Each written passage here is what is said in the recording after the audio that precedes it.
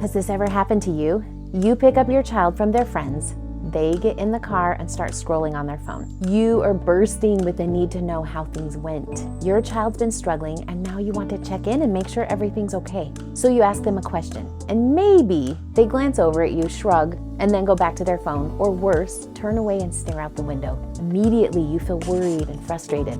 This comes up all the time for parents, and when our child is struggling, we're already worried about them. So it seems like the worst when they aren't talking to us. This can happen when they've been gone for a while, when they wake up in the morning, maybe during the day when you text and get no response, when we're driving somewhere, eating a meal together, when we tell them good night and they head off to bed. Okay, so pretty much any time. So why is this such a problem for us? We want to know our kids are okay, and when they don't talk to us, we start doubting that. Our lower brain kicks in and jumps to all the worst things they might be feeling and thinking.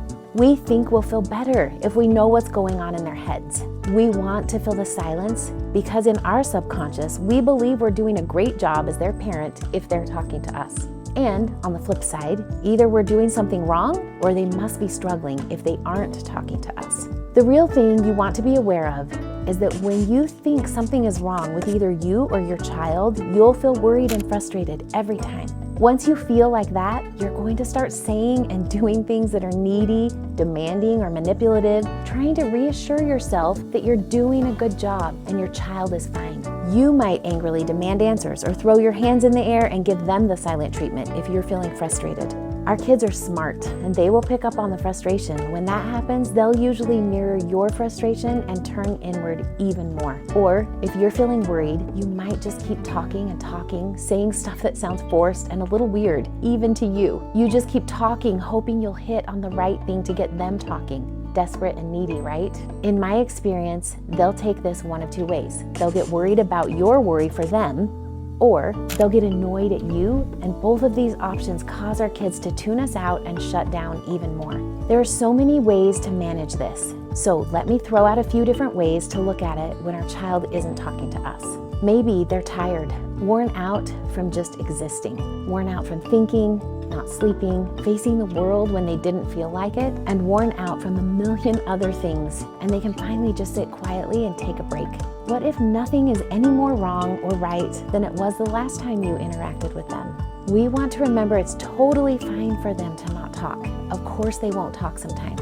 When you're in a hard place, it's hard to talk. And I get it. It's never easy to do that when we're worried and frustrated all at the same time. Remember, our feelings always come from our thoughts, so we can interrupt them with another thought, any thought that's more useful, by telling ourselves what to think about it instead of letting our minds run crazy with thoughts like this. This is a good time for them to be still. They're probably so relieved to sit in the quiet. This is the perfect time for them to take a break. Or, my favorite, nothing has gone wrong here. Another way to look at this is to remember they might just need a few minutes before being ready to talk, especially kids that are introverted. They just spent a bunch of time having to be on. By that, I mean ready to respond with a funny or cool answer, putting their opinions out there, answering questions in class. They might be hungry, hormonal, or stressed. It's a great idea to give them a few minutes before hitting them with a ton of questions about their life. This gets hard for us because while we want to know they're okay and don't need anything from us, we also worry that if we don't seem interested, they could make that mean we don't care or don't want to hear about them. This is a great time to chat with them about it. Let them know what you're thinking and ask them what they would like. Reassure them you're always available and interested in them. When you do this, you're showing them how to problem solve and figure things out that feel uncomfortable and worrisome in healthy ways. This was true for one of our kids. She is an introvert, and I found that talking to her in the car when I picked her up from somewhere wasn't going anywhere. So I decided to just be chill and let her have a break. Almost immediately, my mind started worrying that she would think I wasn't interested in her or what was going on in her life. At a different time, I casually brought up all the things going on in my mind about this. I said something like this: I'm always really curious about how your day or activity went, and I want to ask you all about it as soon as you get in the car. But sometimes it seems like you don't really want to talk, and I'm wondering if you just need a break for a little bit, maybe just to not talk. So she didn't really answer. Then I said, I just want to be sure you don't think I don't care, and I want to be aware if you need a minute. And still no answer from her. So I said, so I'm just going to let you guide me. If you're not really talking, I'll let it go and give you some time, okay? And finally she talked to me. She just said, Okay, that's good. So now when she gets in the car, I just say hi, and then I let her lead with info or not. And I want you to know my mind still wants to tell me all kinds of junk and that I should worry about all kinds of stuff, which will always happen. But it's no problem when my brain starts to panic because I can just quiet it with better thoughts. She just needs a minute to rest, or nothing's gone wrong here.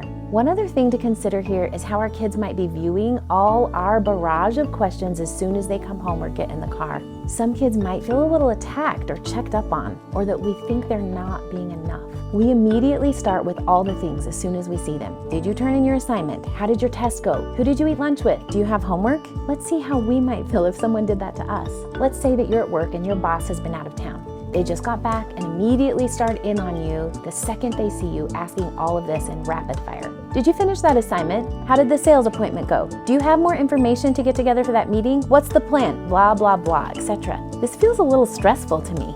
And in that situation, I might feel untrusted and pretty annoyed. The alternative with our kids is just to say hi, give them a little space and a little time, maybe even some food, and let them set the pace for a while. It's normal to feel concerned when we're uncomfortable, and sometimes silence feels just that, uncomfortable. Should we fill that silence? Sometimes when we don't, we start to doubt ourselves and our brains spin out.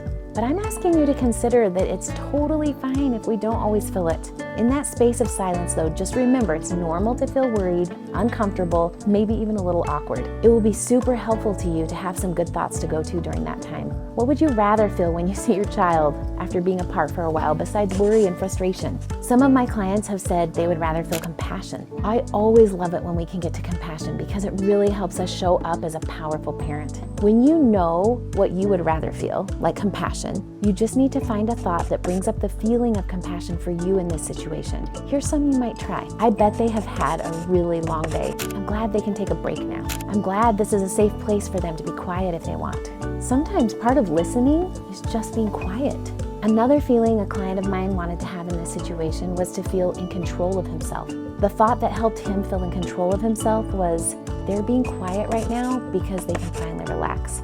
There are so many other thoughts available to us, so I encourage you to take a minute at the end of this and notice what you've been feeling when you think about your child not talking to you, and then decide what you would rather feel. Once you know that, find a thought that brings up the feeling you would rather have and practice it in your mind a few times.